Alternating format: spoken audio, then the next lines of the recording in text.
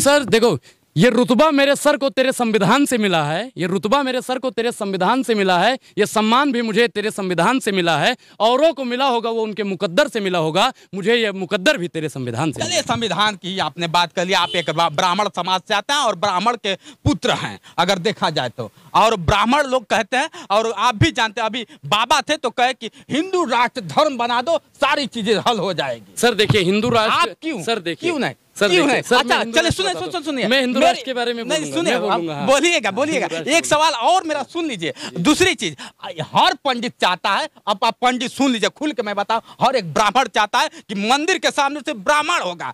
क्यों नहीं, एक चमार हो जाता है, एक डोम हो जाता है, क्यों नहीं होता है? बिल्कुल होना चाहिए, संविधान है। मैं तो कह रहा हूँ भाई, देखिए मुझे तो कोई मंदिर मिली नहीं। और सुनिए सर, रही भेदभाव, क्यों? इसका मतलब कि आप मंदिर के लिए परेशान है क्या? मैं नहीं, जिस दिन मंदिर में जाके बंद हो जाएंगे। बिल्कुल नहीं, बिल्कुल नहीं। आप तो कह रहे हैं, मैंने क्या, आपने कहा कि चमार को मंदिर में मतलब पुजारी नहीं बनाया, मैं उस पर बोलूं कि भाई मुझे तो कोई मंदिर मिली नहीं है कि जी मैं बैठा दूं। लेकिन मैं कहता हूं कि देश के तमामों उस संस्थान पे, उस जगह पे शूद्र भी बैठे, ब्राह्मण भी बैठे, क्षत्रिय भी बैठे, वैश्य भी बैठे, सबको बैठना चाहिए। बाबा साहब ने संविधान दे दिया है, सबका सब समानता का अधिकार है सर, सबको बैठना चाहिए। लेकिन मैं क्या कह रहा हूँ कि गलत करने वाला, मैं क्या कह रहा हूँ, गलत करने वाला ब्राह्मण हो या क्षत्रिय हो, गलत है। गलत करने वाला अनुराग साहब, मैं बता दूं, भारत में कम से कम 135 की ना पता कितना देवी देवता है। 33 कोटि के देवी देवता है ना, उसमें कितने शूद्र हैं? जो क्या होता है कि मैं सर क्या कह रहा हूँ, मैं वही तो कह रहा हूँ सर कि ये गलत है, ये गलत है। शूद्रों को भी बराबर का अधिकार मिलना चाहिए। आज भी मैंने देखा, हम तो गांव से आते हैं साहब, आपको भी पता होगा, आप भी गांव से खाना नहीं खाने जाते होंगे। मैं खाता, मैं क्या कह रहा हूँ भैया, जिसको अगर विश्वास ना हो, मैं सर आपको वीडियो दिखा, सर मैं आपको वीडियो मैं वीडियो दिखा दूंगा,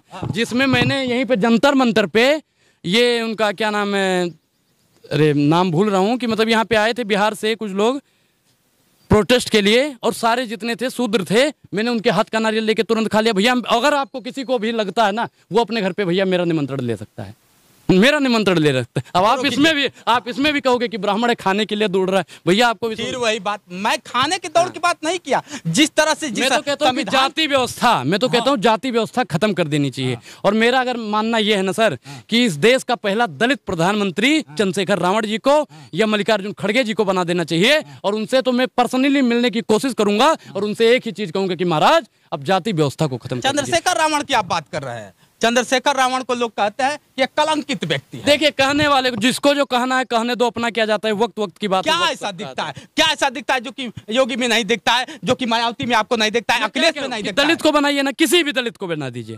मैंने तो ऐसा नाम लिया ना, चंद्रशेखर रावण और इनका, आप मायावती जी को ही बना दीजिए, लेकिन जाति व्यवस्था जो खत्म करने के लिए अपने मैनिफेस्टो में लिखे। और रही बात हिंदू राष्ट्र की, हिंदू राष्ट्र बाबा साहब ने कहा था कि जिस दिन हिंदू राष्ट्र बने, हिंदू राष्ट्र देश की बर्बादी है। क्या गांधी हिंदू नहीं थे? क्या गांधी हिंदू नहीं थे सर, आप बताइए। सोमनाथ मंदिर का उद्घाटन हो रहा था, नेहरू जी को बुलाया गया, नेहरू जी ने साफ मना कर दिया। क्या नेहरू हिंदू नहीं थे?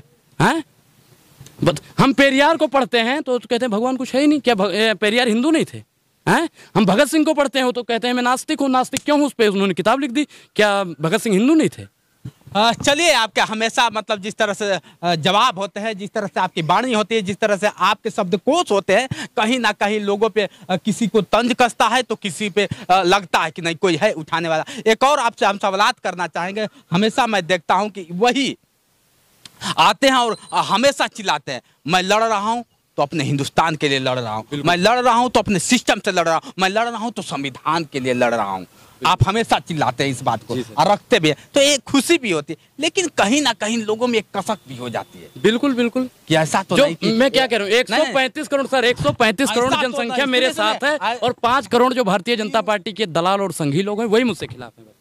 सुनिए, 5% से किसी की सरकार नहीं बनेगी, कि बन जाएगी? नहीं, 135 करोड़ मेरे साथ है, 5 करोड़ उनके साथ है बस। तो आप सोचिए, हमारा परला भारी है, हम ये जानते हैं, हमारा परला भारी है, हमारे साथ जनता है। फिर क्यों नहीं आपने सरकार बना लिया? फिर वही बात सर, राजनीति करना मेरा मकसद नहीं, मेरा मकसद है झूठे की सूरत बदलनी चाहिए। राजनीति थोड़ी करना है साहब, राजनीति नहीं करना है, उद्देश्य नहीं है, उद्देश्य नहीं है राजनीति करना। अब